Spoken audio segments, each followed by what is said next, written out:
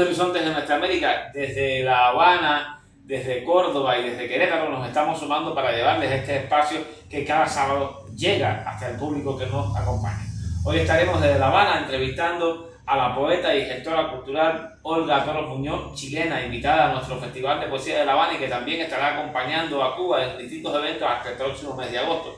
Así que junto a los invitados que tenemos por acá, los invitados que trae la hermana Cari Crane y el trabajo que desarrolla nuestra hermana Janet Eureka, estaremos llegando a su casa, a su televisor, a su teléfono. Acompáñenos a recorrer juntos los horizontes de Nuestra América. Estamos en Horizontes de Nuestra América. Hoy tenemos como invitada a Olga Toro. Hemos tenido la suerte de ir entrevistando a varios de los autores que han participado en este 31 Festival de Poesía de La Habana para llevarlos a conocer en nuestro espacio Horizontes de Nuestra América. Gracias a la doctora Cari Crane, a la doctora Janet Eureka, a los amigos que permiten que salgamos a través de Cabina 11 Cadena Global. Entonces hoy vamos a estar conversando un poco con Olga, quien también ha publicado con la editorial nuestra, con colección Subeditores, Sinfonía del Canelo, libro que presentamos en la pasada Feria del Libro, y siendo Olga una difusora cultural importante, no solo de la poesía, sino de otros registros de la cultura, como es el caso de la cueca también. También una creadora de otros universos, del universo de la ecología, desde su región en Tipón, región volcánica, al sur de Chile. Y nada, Olga, bienvenida a Horizontes de Nuestra América. Estamos acá en la casa filmando gracias a Katy, que nos está sirviendo de camarógrafa, como hemos hecho durante tantos años. Y bueno, primero, la primera pregunta que se impone: ¿qué son los poetas de la lluvia? ¿De dónde viene ese proyecto que parece que se está reactivando también, ¿no?, en estos momentos?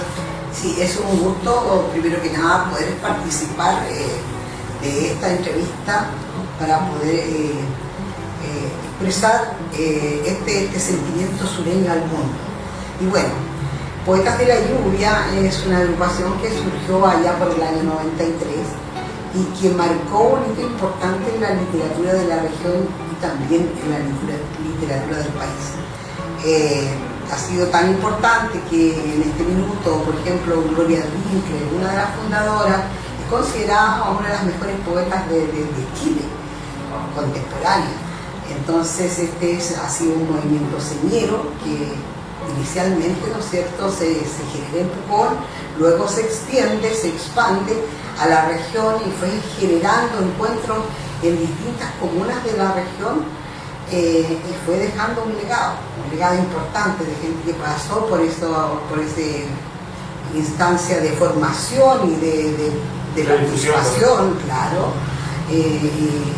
Yo creo que eso es lo más importante que el Poeta de la Lluvia ha ido dejando. También tuvo a su cargo un semillero de chicos que están en este minuto produciendo. Son 32 años ya de la creación del proyecto, que se dice rápido, pero que van acumulando experiencia. Gracias a ese intercambio tú lograste traer este año un grupo de creadores. Volviste con Carla a estos espacios de la Habana, nos trajiste el regalo inmenso de la obra plástica de Mónica, y ya hicimos incluso un programa con una entrevista a ella hablando sobre su obra, sobre su vida militante. Y había otros proyectos, bueno, que no concretaban, pero que se van a lograr seguramente, porque ya el puente está tirado con Cuba, incluso también a nivel familiar. ¿Cuál es la perspectiva, además de publicar en Cuba, que han visto en esta posibilidad de indicarnos con el festival y con otros proyectos literarios que hemos tenido acá y que hemos tenido la suerte de compartir contigo? Bueno, para mí Cuba y La Habana específicamente, y Cuba en general, es todo un mundo. Nosotros también tenemos nuestro particular mundo literario que tiene una tradición, puesto que ahí llega en la región de la Araucanía el primer escritor español, que es Alonso de Ercilla y Zúñiga, quien escribe en la Araucana, la gente que produce tan granada, tan soberbia, gallarda y belicosa, que no ha sido por rey jamás regida, ni extranjero dominio sometida. Luego de eso llega ahí a la región de la Araucanía Gabriela Mistral, que ejerce en un liceo de Temuco por varios años.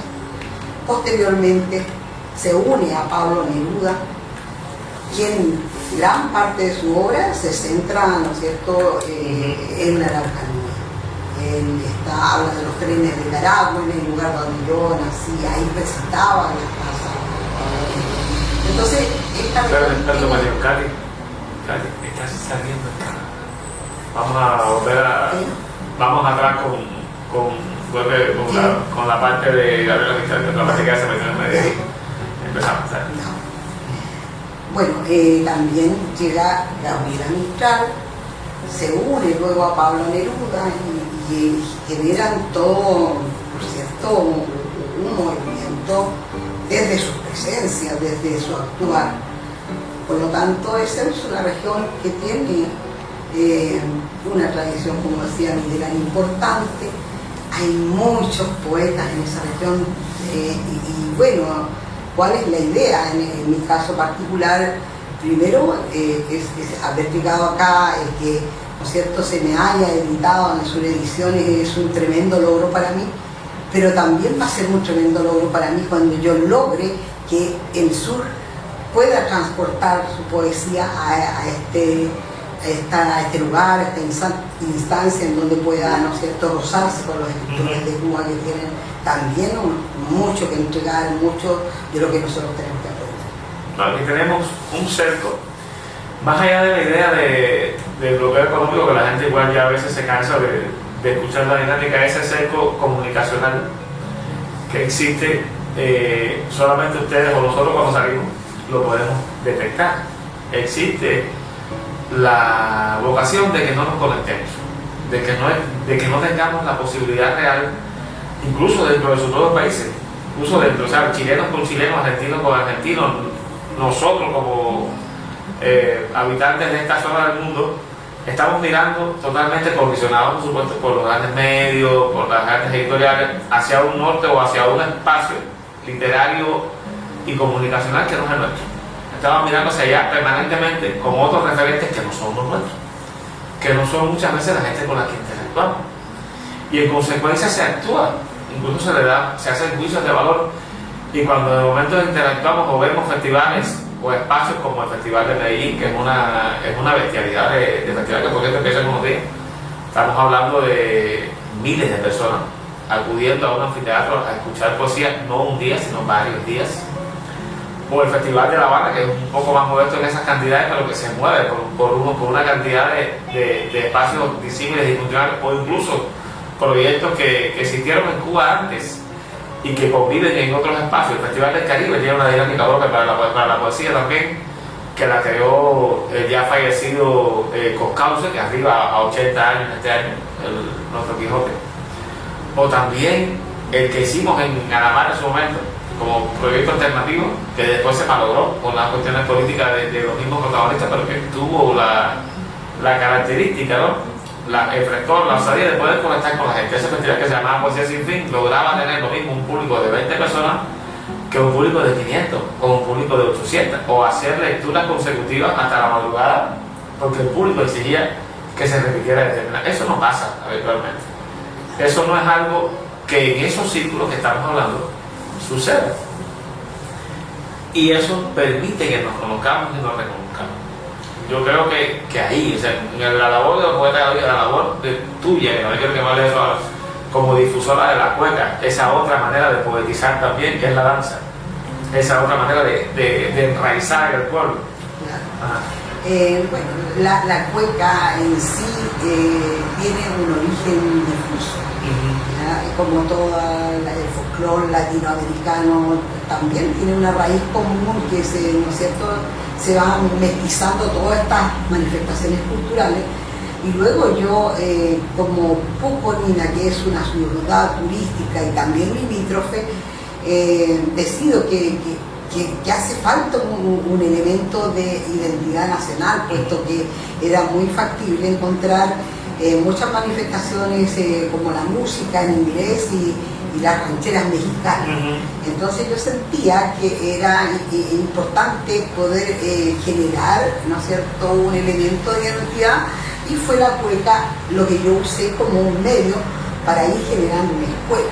Ahora, aquí hay una propuesta también de arte. cuál era la propuesta, para tomar la raíz sin distorsionarla y lograr crear la poesía a través del movimiento. Y eso fue lo que se realizó. De hecho, Pucón y entre escuelas y Puelche, la escuela que yo creé, es cuna y semillero de campeones de Chile. Entonces eso está absolutamente establecido. El año recién pasado me hicieron un homenaje, yo no estuve presente en esa ocasión. Claro, y después retorné y me hicieron otro homenaje allá, haciendo ese reconocimiento de esta trayectoria y de lo que se ha logrado establecer como una identidad local. Y eso es importante, poder ir amasando esos sellos de identidad y los fortaleciendo. Lo mismo sucede en este encuentro de esta poesía del sur de Chile, que tiene algunas características tan distintas y que se pueden confrontar con la poesía cubana, pero que sí van formando, ¿no es cierto?, y van haciendo este sello, pues se mestizan, van formando este sello también de identidad, ¿no es cierto?, de región. Tú tienes un privilegio también, ¿no?, porque como poeta mestiza, como somos muchos, tienes una raíz muy fuerte que reconoces por suerte en los pueblos originarios de Chile, o sea, en los mapuches y en otras zonas también que también salen por tu palabra, que también regresan y que por supuesto tienen la otra parte, que son de los que llegaron, se arrataron, conquistaron, arrasaron, cambiaron o en ese proceso de misturación también los crearon.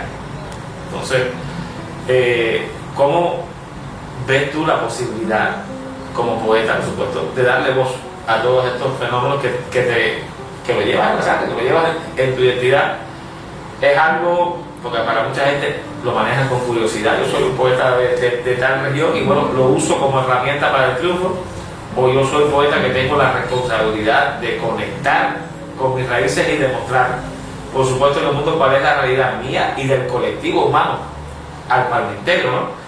Que de eso lo hemos hablado fuera de cámara muchas veces, o sea, cómo a veces usan ese juego de espejo para el favor, cuando en realidad lo que hay que hacer con la palabra, creo, no sé si tú también compartes eso, es tener una responsabilidad de darle voz a los que no tienen voz. Sin lugar a duda. Bueno, esto de la raíz es importante abordarlo, porque hay muchos poetas mapuche que no logra en su discurso, porque la poesía, si bien es cierto, es una expresión artística, pero también ahí está, el poeta tiene la responsabilidad de ser parte de su tiempo y hacer registro de su historia. Y poder provocar que todos aquellos que no tienen voz puedan estar, ¿no es cierto?, en la palestra y en todas las manifestaciones culturales que se dan a nivel internacional. Y lo conversábamos ayer con Valesi respecto al tema de Palestina. Pues yo genero un texto, pero mi texto parte desde la realidad de la región de la Araucanía. Ya hablo de este genocidio y de esta realidad y lo relaciono, ¿no es cierto?, con Gaza, pero no desconociendo qué es lo que está viviendo nuestras comunidades mapuche en este minuto. Y lo más probable es que los chilenos estén mucho más pendientes de Gaza que de lo que está pasando en nuestra región. Porque como eso está tan prejuiciado para no verlo, entonces no se aborda esta temática. Yo parto esta poesía, que puede ser muy modesta, pero que por lo menos tiene la intencionalidad de decir, sí, lo que está ocurriendo en Gaza es terrible, pero tan terrible es la realidad que nosotros también tenemos en nuestra región. Por favor. ¿Y tienes ese texto problema? Miren, no lo traje en este minuto, pero sí lo voy a leer porque me decidí que voy a participar en la. Que lo que vamos a hacer, porque ahora mismo está pasando, para que los amigos también lo sepan, ahora está sucediendo en este mes un canto universal por Gaza, pero que también es en contra de toda la guerra. O sea, es un canto, precisamente esa es la idea. Gaza es el ejemplo más reciente de lo que sucede hace rato, no solo con el pueblo palestino, sino con muchos pueblos del mundo. Hay un amigo poeta que estuvo acompañándonos hace 2 festivales, Secu, que también nos comentaba eso en las universidades en Bélgica cuando él estaba, porque es descendiente de familia africana directamente, de dos familias, de dos nacionalidades. Y él decía, muy bien que se hable, y es importante que se hable, y es importante que nos entremezcamos, pero ¿quién habla de los problemas que pasan en el Sahel?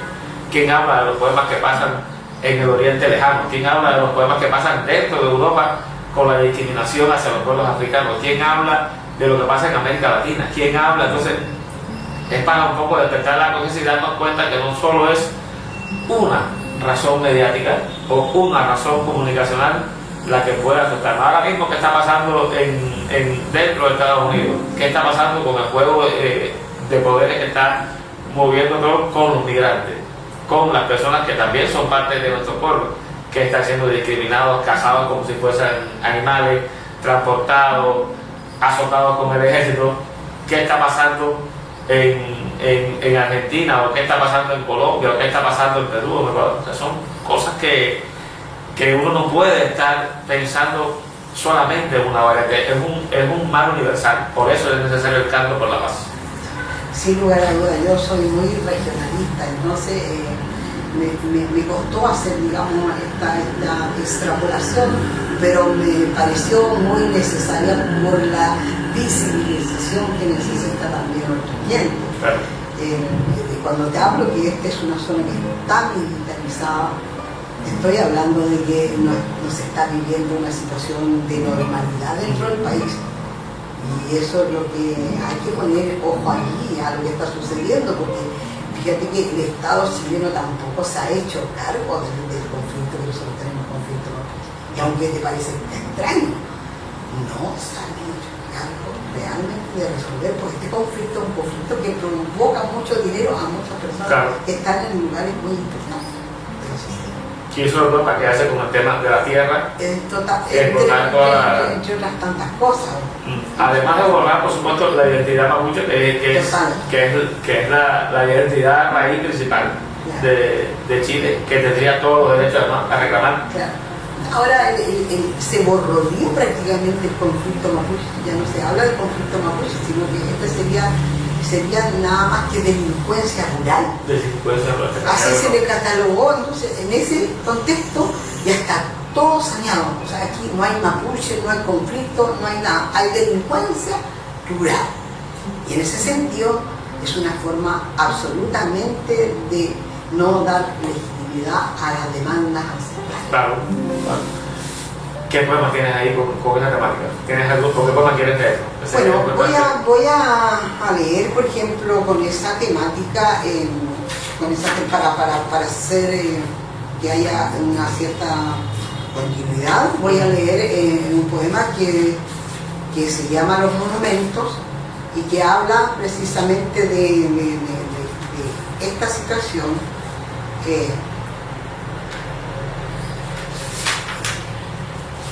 Del Biobío, las estatuas al invasor y su bota, en plazas hacen nada.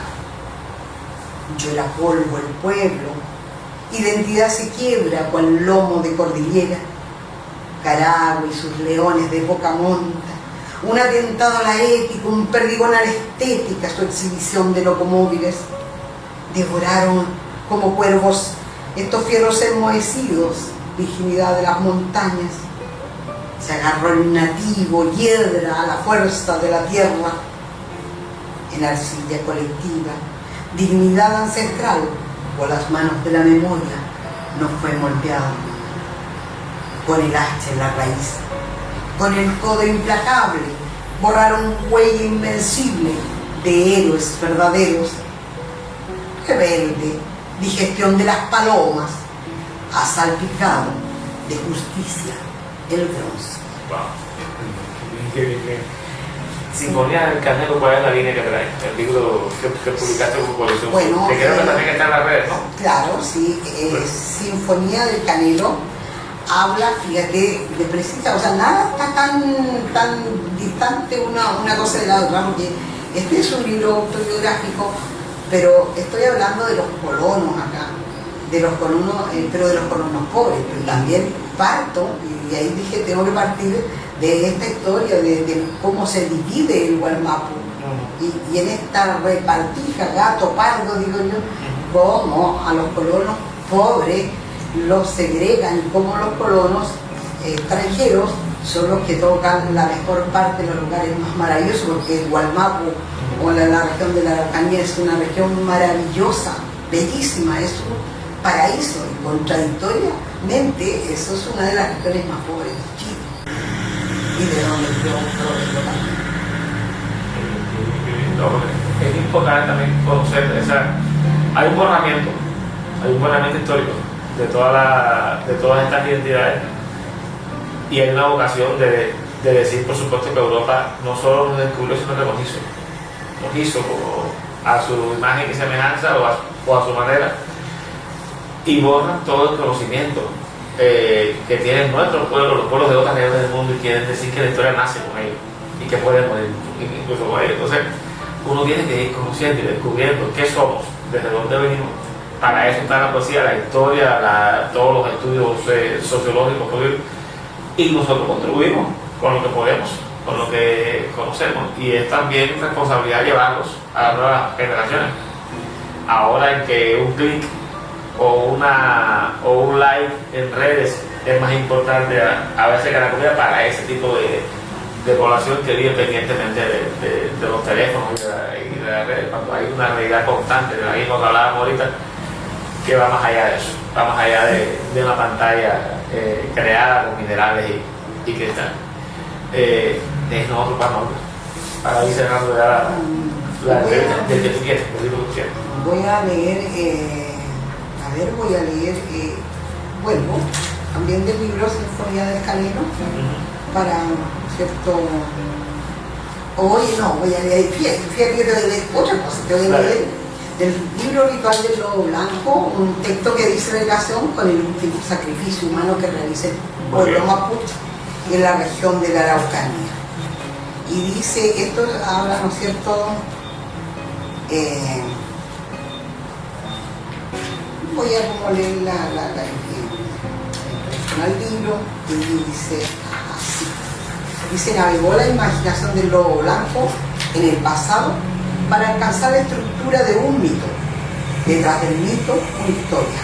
En mayo de 1960 se registra el último sacrificio humano conocido entre los mapuches, realizado en la región de la Araucanía para calmar las aguas desatadas en el mayor cataclismo que registra la historia.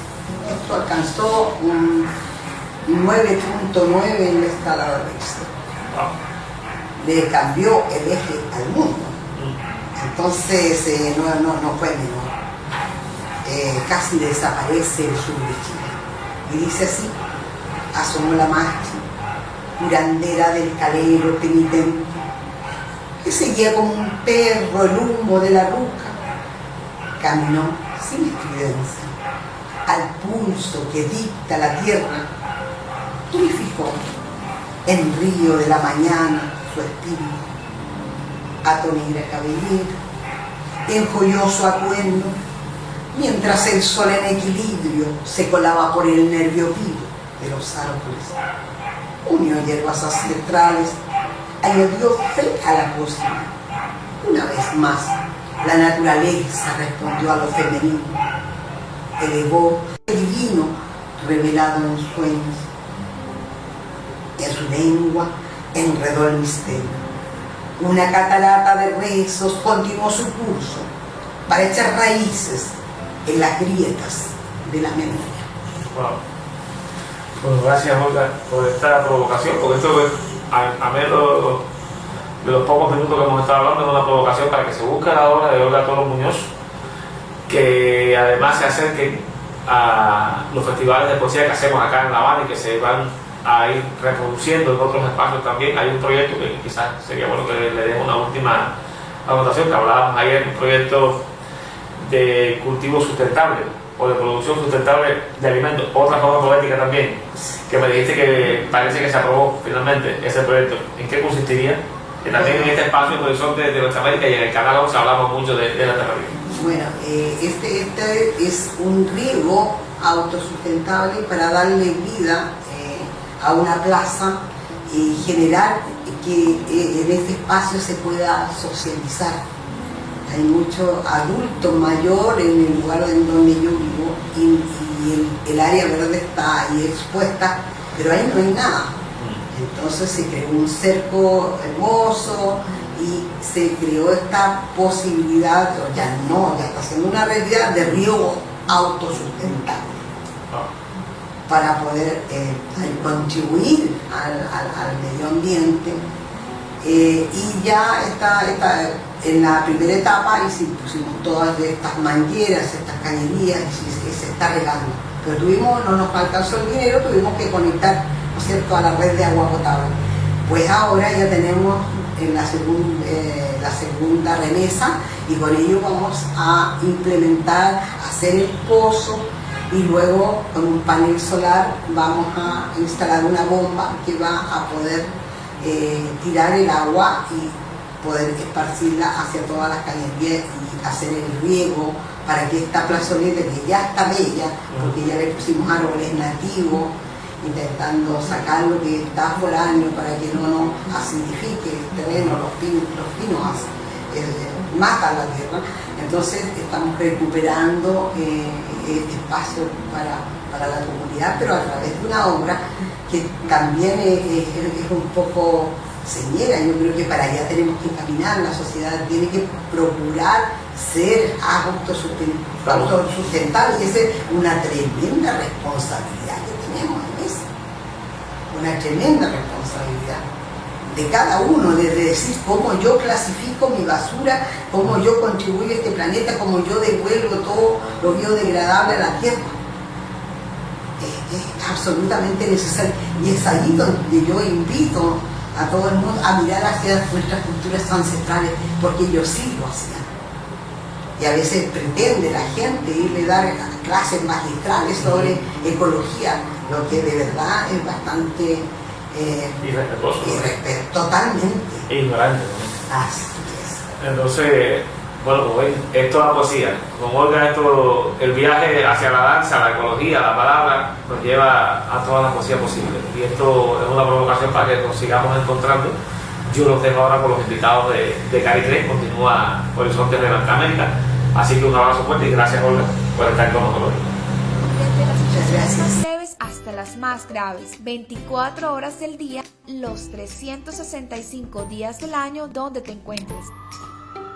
¿Sabías que en los casos de emergencia, los primeros minutos son fundamentales para preservar la vida de una persona? En casos como una parada cardíaca, problemas respiratorios graves, infartos, accidentes cerebrovasculares, entre muchas otras, la atención que recibe el paciente antes de llegar al hospital es fundamental para su salud. Y es que AMI es la empresa líder del mercado que está siempre lista para cuidar de ti y tu familia. ¿Cómo lo logramos? Contamos con una flota de ambulancias con tecnología de punta, ubicadas en puntos estratégicos de la ciudad para garantizar siempre una atención oportuna a tu llamado. Pero AMI es mucho más que un servicio de ambulancias. Con AMI tienes la tranquilidad de contar con un médico a domicilio siempre que lo necesites para ti, los abuelos y los más pequeños de casa. 1 de la mañana tienes fiebre y no te sientes bien, tranquilo. Aquí está AMI. Nos llamas, te atendemos sin necesidad de que salgas de tu casa con mínimo estrés y sin costos adicionales. Además, los medicamentos para estabilizar tu situación de salud son gratis. Y no solo eso, con AMI cuentas con una gran variedad de servicios complementarios para tu protección y la de tu familia. Visita programada de pediatra a domicilio para tener la situación de los pequeños siempre controlada. Servicio de farmacia a domicilio. Análisis de laboratorio clínico en casa. Cuidados de enfermería en la comodidad de tu hogar. Y lo mejor de todo, puedes incorporarte a la cobertura de AMI a cualquier edad, sin examen médico previo, sin preexistencia y sin límite en la utilización del servicio. Los adultos mayores son bienvenidos. Además, ponemos a tu disposición un amplio directorio médico de especialistas con grandes descuentos para nuestros clientes de AMI. Queremos ofrecerte lo más valioso y sabemos que es tu salud. Por eso, AMI protege a los tuyos ante cualquier problema de salud.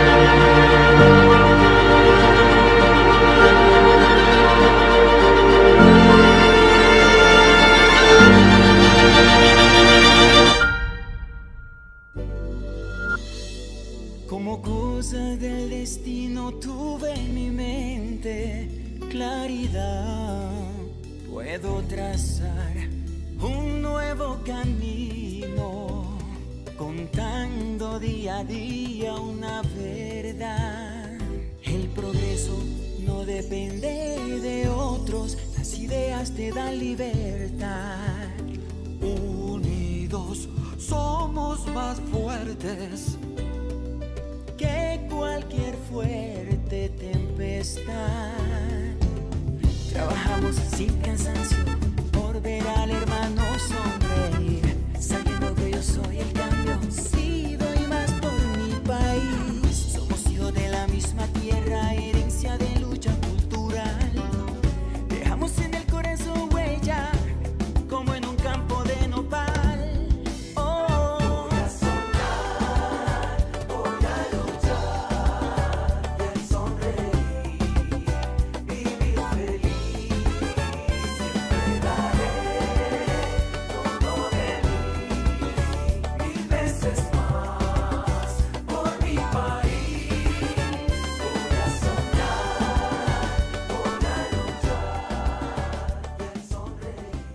Hola a todos, los saludo nuevamente aquí en nuestro programa Horizontes de Nuestra América.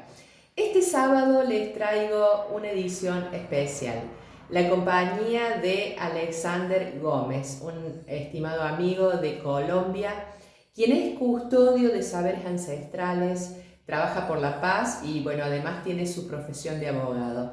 Él va a venir a invitarnos a reflexionar en estos tiempos que corren, donde estamos tan atravesados de violencia, de inequidad, de guerras, de desencuentros entre los seres humanos.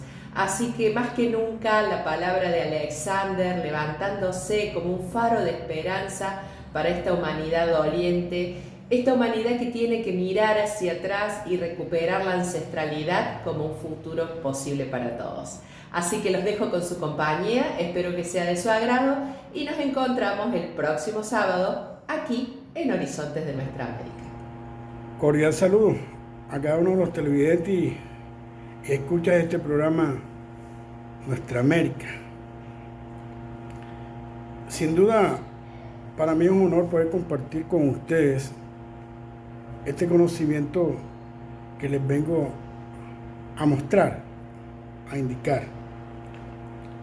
Previamente, agradecimiento a todo el equipo técnico del programa y especialmente a Cari Cren. Sin más preámbulos, comencemos a mover la pregunta de qué es el hombre en la actualidad, y eso nos lleva sin duda alguna a interpretar cuáles son las costumbres que se han anidado en los pueblos, naciones o estados ancestrales, ¿no? Entonces nosotros vemos que sin duda hay un mover de las costumbres, hay una gran variación para poder dar la respuesta a quién soy dependiendo al sistema político o a la estructura geopolítica que se instale dentro del pensamiento. Entonces, para iniciar, hago la apertura a 3 categorías que voy a manejar. Primeramente voy a mapear lo que son las costumbres ancestrales. Posteriormente voy a indicar qué son las costumbres no ancestrales. Y por último, dialogaré un poco sobre el tema de las costumbres digitales que se dan en la actualidad. Todas estas anteriores, tanto la ancestral, la no ancestral y la digital, tienen un eje transversal. Ese eje transversal es un sistema de conocimiento. Para algunos comienza aquí el gran error o la errada interpretación de cómo yo comprendo y me hago comprender en un mundo situado, en un mundo para algunos, y en donde cada uno tiene una finalidad de interpretar un fin. Entonces, para ello tendríamos que basarnos en las cosmovisiones de los pueblos originarios. En este sentido, ya ellos vienen con una respuesta preconcebida, y es indicar taxativamente que esto es un ejercicio para una posibilidad de una mejor vida. Es decir, que ya la respuesta a la muerte dentro de este estadio ya está dada. Como ya ese estadio está dado, hay una comprensión al ser. ¿Qué debo trabajar si yo tengo de una u otra manera la respuesta de la muerte y de la finitud ya completada? Poder comprender algo que va y está más adelantado que yo y es la naturaleza. Entonces ese lenguaje en la naturaleza me hace entender varias cosas, que de una o de otra manera hay una forma de reinterpretar lo que históricamente no se ha comprendido, porque taxativamente algunas cosas no están escritas en códigos alfanuméricos, sino que entran en el marco de la simbología, por denominarle así la arqueología sagrada o la arqueología ancestral, que no muta, que tiene los principios inherentes a él en cuanto es. En ese sentido, vemos que la costumbre es proteger esos principios, es donde comienza a amasarse de fondo la protección de un conocimiento que ellos denominaban sabiduría. Pero esa sabiduría, vista como se ve en la actualidad, no era de pocos, sino era de toda la comunidad. Estaba representada por un punto centro y círculos donde casi siempre se compartía, para no solamente hablarle a esa generación que estaba de frente, sino a la que estaban por venir. Es decir, que la sabiduría de los pueblos ancestrales ha dado respuesta a las posibles problemáticas a futuro si se toma una errada decisión. Una toma de decisiones donde no están vinculados los principios tiende de una u otra manera a generar unos tópicos bastante deficientes. Esos deficitarios que tenemos hoy en día es la incomprensión de cómo algunos tipos de saber o topologías del saber se entremezclan y tratan de una u otra manera de acercarse a ese saber que ha protegido la biosfera del planeta, que nos permite vivir, tener oxígeno, tener alimentos, ¿no? Y de una u otra manera decirle que no es un territorio, no es una propiedad como lo marca el Código Civil, sino por el contrario, es un espacio donde yo me inserto, donde me permite ser, por lo tanto soy parte y no dueño. Bajo ese entendido de cosas, entonces se tiene que comenzar desde este programa, Los Horizontes de Nuestra América, a ver cuál es la real problemática, hecho que voy a develar a continuación.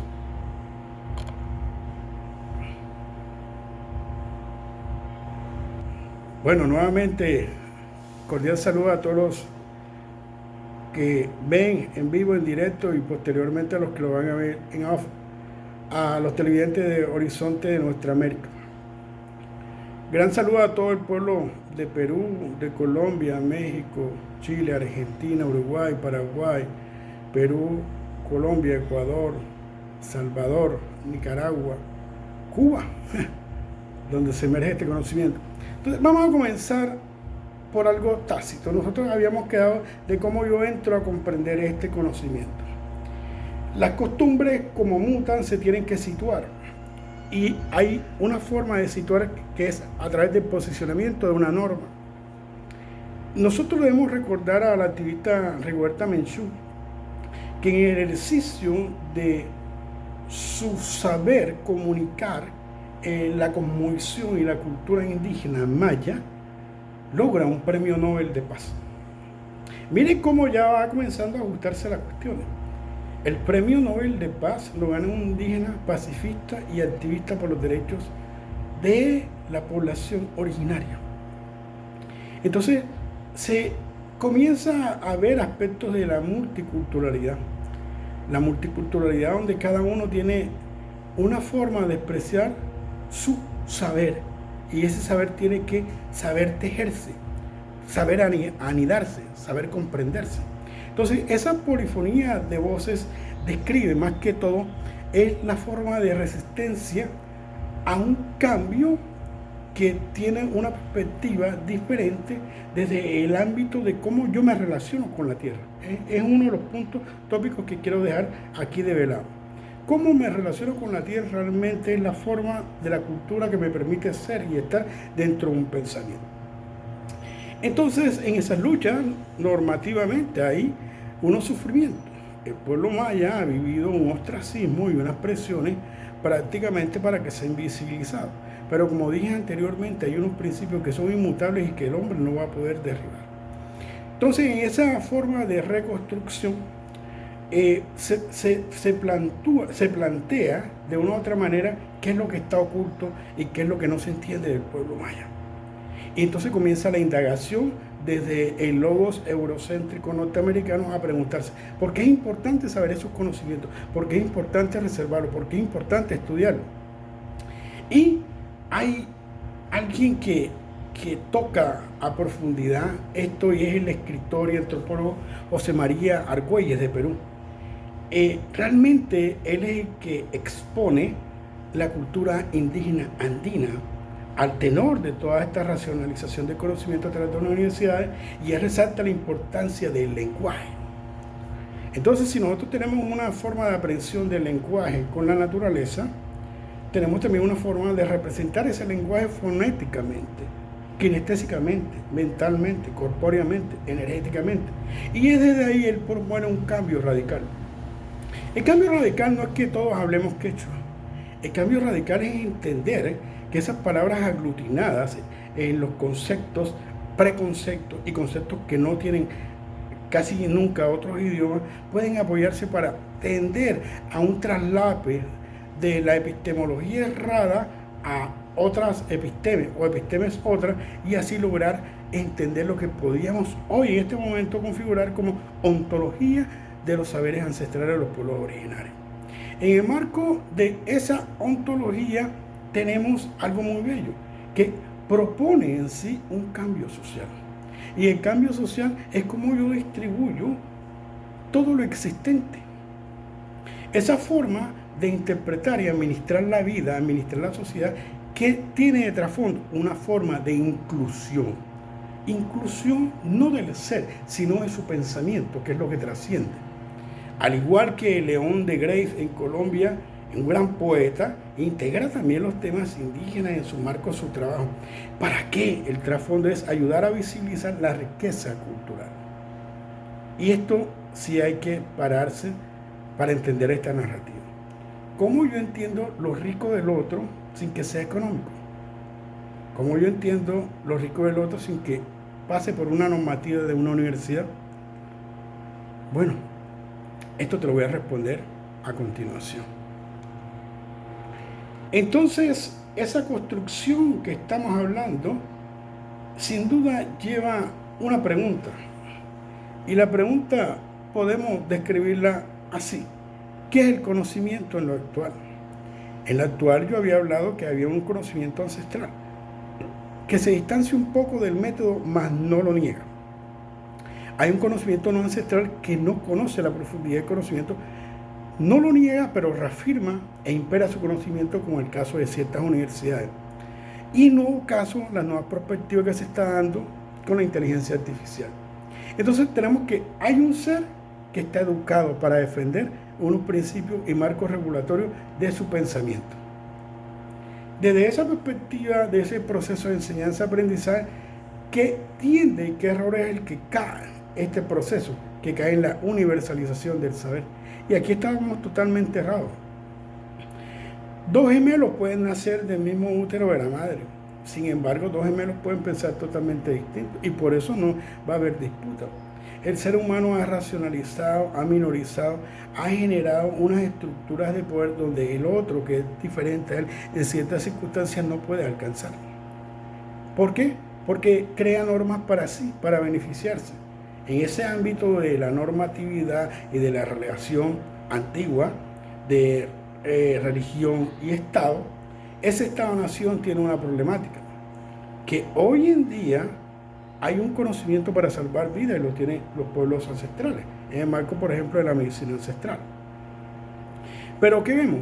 Que hay una sociedad de consumo que impera en el consumo de una dopamina digital, una serotonina digital, donde el hombre no se comprende, pero quiere llegar a estadio de comprensión como los pueblos originarios para activar el DMT, y queda, mejor dicho, inconcluso, incomprendido, porque la forma de comunicarse con la madre tierra no es de la misma manera. Entonces, hoy el ser natura tiene que vincular una proyección. Bueno, y esto sale desde Horizonte Nuestra América. Nosotros tenemos que llevar al telos actual, y ese es ser natural. ¿Por qué la propuesta? La propuesta que digo yo de ser natura no es para que andemos con taparrabos, no es para que comencemos a desdibujar tampoco lo errado o lo positivo de las instituciones. No, de trasfondo no es así, porque hay algunas instituciones como de salud que también han hecho sus aportes. Lo que veo aquí es una visión de salud mental, una visión de salud social, donde nosotros podamos comprender la metacomprensión del otro sin que esto nos afecte, sin que esto entre en duda, sin que esto entre en choque. ¿Para qué? Para posibilitar que el otro desarrolle su epistemología. Porque, hago una pregunta, si el otro en el marco del desarrollo de su epistemología, de su saber y de construcción, tiene una respuesta que yo estoy buscando y yo le niego el espacio para que él pueda hacer, ¿en qué caemos? ¿Ok? Entonces, tenemos un marco de saber que debe ser estudiado. Un marco de saber que debe, de una manera u otra, también permitir la inclusión política y social de estos pueblos en cada país, para que representen también una esperanza, no solamente a las personas que estamos ahora, sino que están por venir, de acuerdo a los cambios y mutaciones del pensamiento, y así puedan tener la esperanza de tener lagunas, tener bosques sanos, tener animales, tener una conciencia que no se destruyeran los ecosistemas, por favorecer a unos sistemas de capital. Entonces, nosotros podríamos interpretar de fondo que lo que hay es el desconocimiento del alcance del otro conocimiento. Cuando yo desconozco el alcance del otro conocimiento, me erro, porque parto de un principio y un prediagnóstico, es que mi saber está mejor elaborado. Y mira que no, las universidades dijeron en su nacimiento que iban a disminuir el desempleo, que iban a acabar con la problemática de salud a nivel mundial, que de una u otra manera u otra esa repartición de conocimiento iba a fortalecer las sociedades. Y hoy vemos sociedades como Venezuela discriminadas, sociedades que no se les permite pensar y otra afectación, que se les quiere introducir la democracia a la fuerza.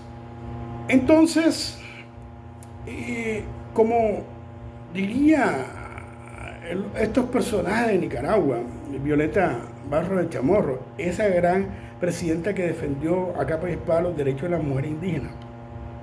Aquí viene otro tipo de construcción social, puesto hay unas afectaciones para una forma de defender un pensamiento ancestral o no ancestral, y es que de una u otra manera existe un debilitamiento en la mujer.